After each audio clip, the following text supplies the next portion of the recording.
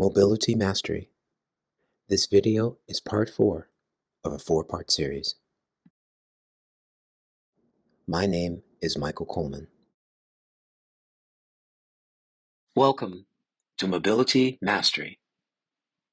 This course, along with Agile Strength, was meant to be used alongside the Fit Professionals Framework core program. They both, however, can stand alone and still get you amazing results. Hybrid Flow number 1, Mobility plus Yoga. In this 10-minute flow, we combine everything you learned in the previous 3 videos. Always remember to take it at your own pace. Work on each section until eventually it can be sewn together into one continuous flow. Start by slowly flexing and extending your neck.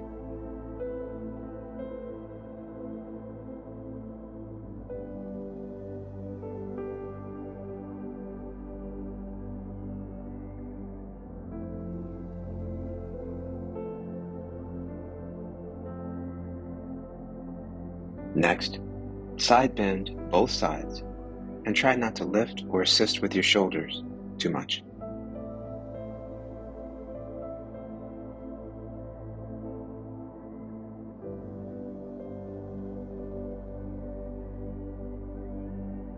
Next, gently rotate your neck left and right, keeping your shoulders square.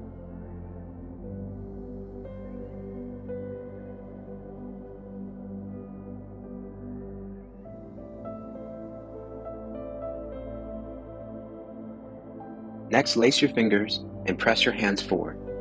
Then step forward with either your left or right leg and extend your arms over your head. Make sure that you arch through your upper back all the way down to your lower back.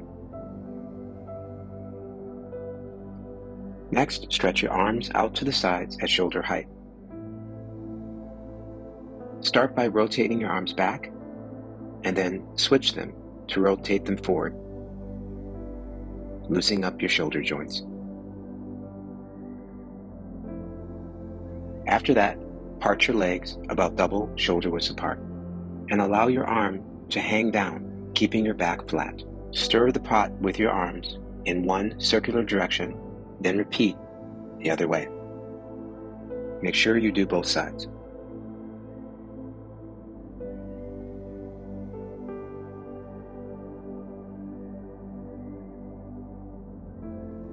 The next movement is Chinese in origin.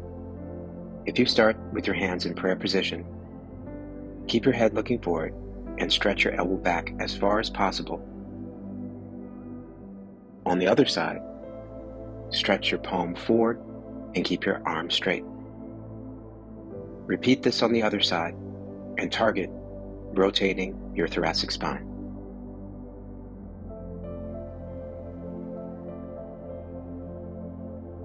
In this next exercise, we are squatting yet again, but this time we use it as a transition from standing to lowering our center of gravity and exercising on the earth.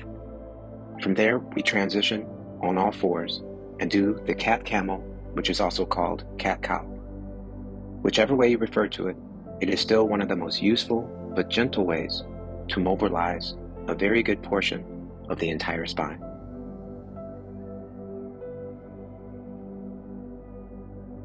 Next, we will thread the needle and allow the shoulder to go to the ground for a more intense upper back stretch.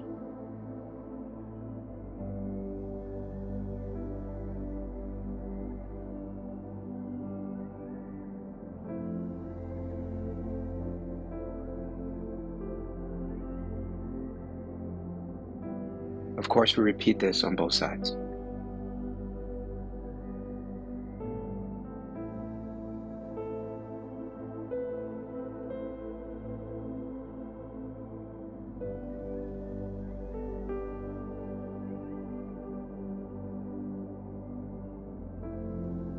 The next exercise is bird dog. This is also a core movement that really helps to stabilize and strengthen the lower back and improve overall alignment.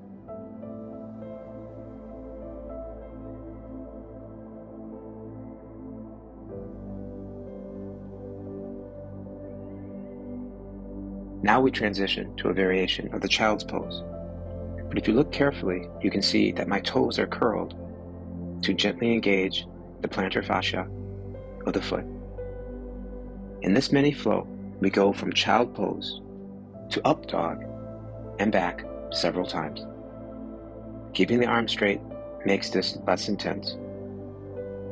If you'd like a real challenge, bending the arms as you go through, like a push-up position, will make it much more difficult. In any case, when you're done, sit on the balls of your feet as long as possible.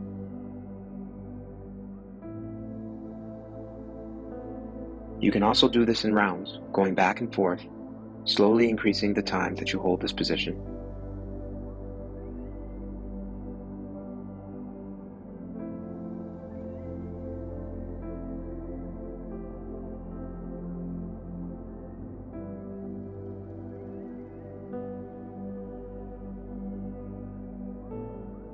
After that, it feels very good to flutter your feet on the ground, helping the blood return to your toes. Next, take a frog posture. If this is uncomfortable, you can do it with your knees closer together. To open up the inner thighs, first, put your elbows as close to the ground as possible. Finally, aim to lay flat, touching your belly button as close to the floor as you can. Take it slow and easy, and don't be too discouraged if you don't find yourself in the exact position that you see on day one. Continuing with the hip openers, I am now doing the cobbler pose, which is what shoemakers used to use in the old days in India.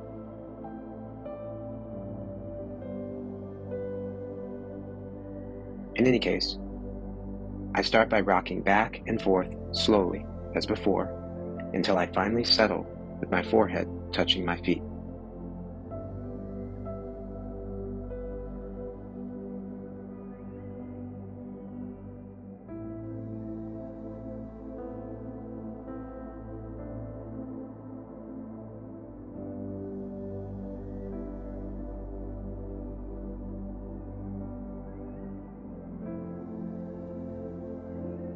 It's time to give the inside of the thighs a rest, so I hug my knees to my chest.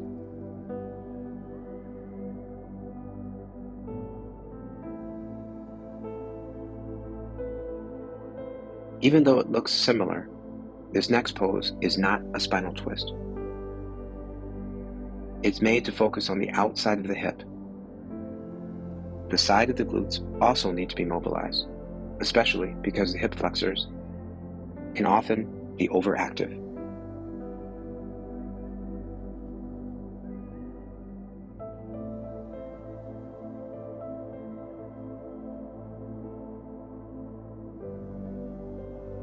In the final movements, I'm starting from what's called the staff pose, with my back straight and my legs also extended. My heels are not actually touching the floor. Afterward, I stretch the other direction and point my toes as straight as possible to activate the muscles on the front of my shins.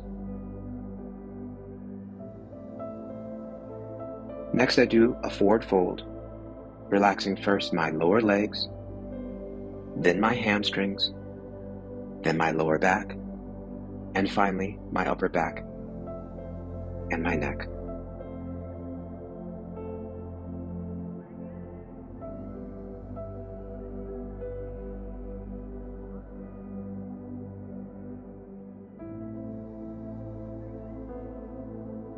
Lastly, I lie on my back in Shavasana, the corpse pose.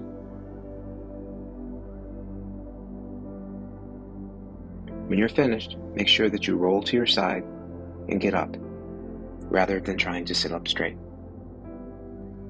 As I said before, take everything slowly, carefully, and with intention.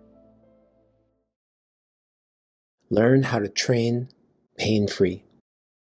Get the most effective pro tips delivered to your inbox each week by subscribing today to our free newsletter at fitprofessionals.beehiiv, BEEHIIV.com.